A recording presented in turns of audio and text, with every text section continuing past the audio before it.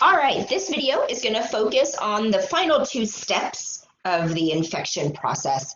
And so we just talked about the different virulence factors, which are the different strategies that the pathogen uses to kind of weaken the host. And so now we're going to talk about strategies that the bacteria or virus, viral pathogen, uses to evade our immune system. Right? Because once our bodies know that we're under attack, we want to eliminate those pathogens.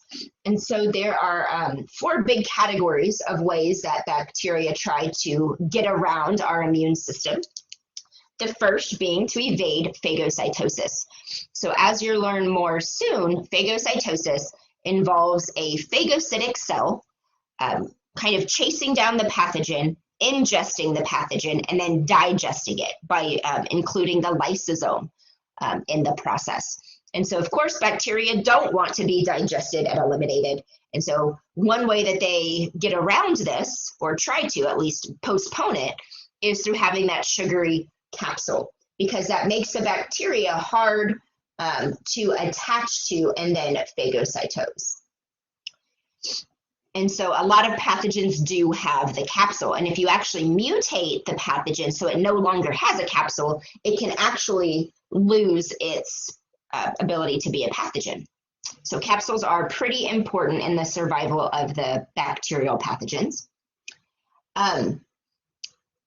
So capsule is one way of evading phagocytosis. Another is the presence of flagella, because remember, flagella is used in motility, so they can actually outrun the phagocytic cells. Another approach is actually living inside the phagocyte.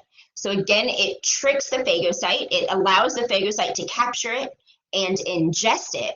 But before the lysosome comes into play, some bacteria are able to break free from that initial vesicle that they're being held within the cell, and they then replicate and kind of hide out inside the phagocyte. Because they're kind of hiding within our immune cells. It's pretty cool. And then this one kind of goes hand in hand with the last one. By being able to prevent the lysosome from fusing, they're not going to be killed, and then some of them can even exit the phagocyte. So they're not going to necessarily live there, but they can then get out and then go and continue to spread. So that's approach number one for evading our immune system. The second approach is called antigenic variation. And so this is basically where they're going to disguise themselves. They're going to change the molecules that are at their surface. So remember, we talked about how host cells have receptors that are very specific shapes, and bacteria or viruses can bind to them, right? But they have to have a similar shape. So this is kind of going along a similar concept, but instead we're thinking about the molecules on the surface of the pathogen and then the structure of our antibodies. Because in order for an antibody to bind and clear a pathogen, the part of the antibody has to be the same shape as the pathogen. And we're going to learn a lot more about this later. But again, those surface molecules are important. So pretend a bacteria is covered in molecules that are circular. So as our body generates antibodies against that pathogen, part of them are going to be a circular, going to have circular regions so they can bind to that pathogen and clear it. So what ends up happening is the bacteria can change their shape. So maybe they initially have circular molecules on their surface, but then they're going to change it up, and then they're going to have square molecules on their surface. So then our antibodies that have a circular structure can no longer bind to them because they can't bind to the square molecules. So then we have to go and make antibodies that have a square region. But then the bacteria can change it up again, and now they have triangular surface molecules. Well, now our square antibodies don't work, and so we have to go and generate triangular antibodies. And so eventually, though, the bacterial pathogen runs out of tricks. It can't just change its shape indefinitely, and it will change back to those circular surface molecules, which our circular antibodies can then go and round up and eliminate. Okay, but kind of disguising their appearance is called antigenic variation. Another evasion strategy are going to be those exoenzymes that we talked about already. So some are going to trigger the clotting mechanisms. And so why this is smart for the bacteria is if it causes blood clots, the pathogen can hide behind the blood clots so that the phagocytic cells can't reach them.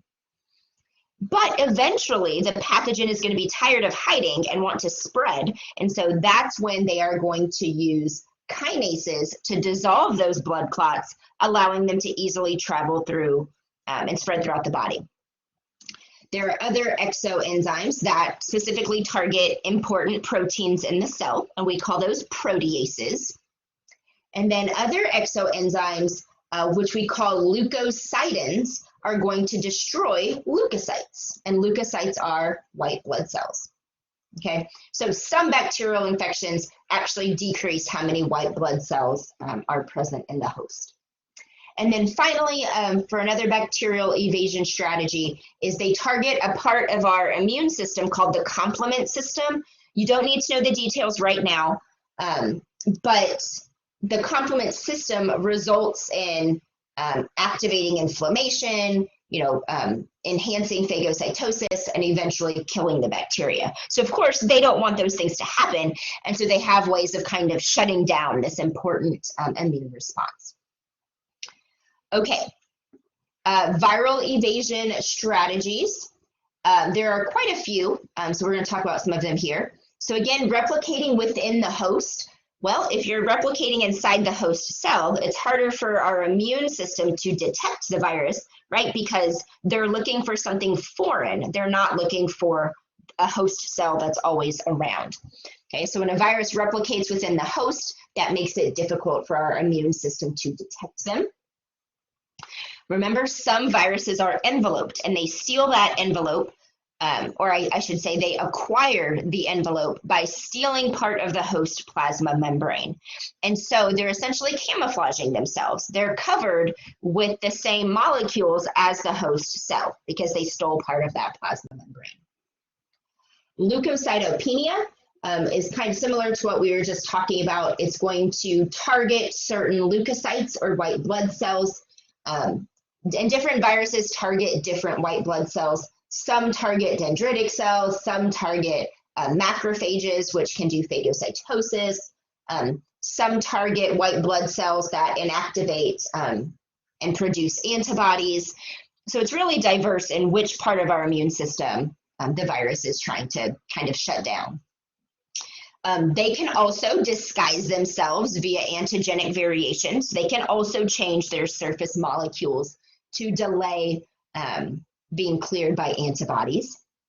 The syncytia that we already talked about, so remember that's where they have the fusion proteins, and it causes host cells to fuse together, making these really large, massive cells. And this is advantageous to the virus because it allows the virus to spread from one cell to the other without actually having to be out in the normal extracellular environment. Okay, so just going from one host cell to the next without ever actually leaving that big glob of cells, and so that the immune system won't detect it very rapidly. And then finally, inhibit interferons. Interferons are little molecules that are made by infected cells to warn uninfected cells. So it's kind of like when a house has an alarm system, right? If that one house is being burglarized, it's being attacked, right? Or infected, if we're trying to use virus talk, that alarm system is going to go off, and it's warning your neighbors who have not been burglarized yet that, hey, there's an intruder, there's a problem, right? Be prepared.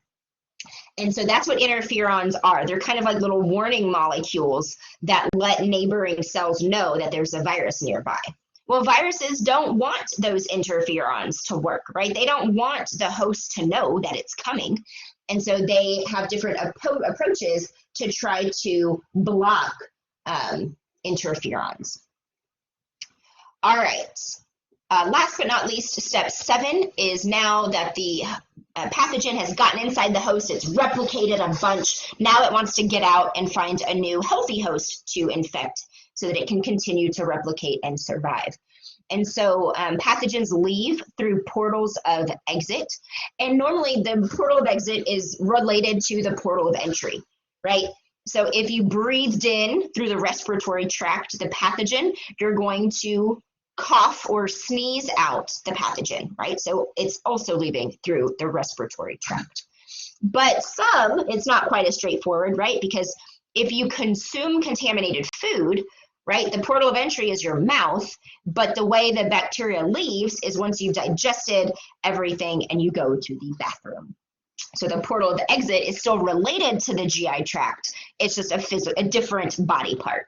Okay, and then same thing with the genitourinary tract, same thing. It gets in that way and it's going to be spread that way as well.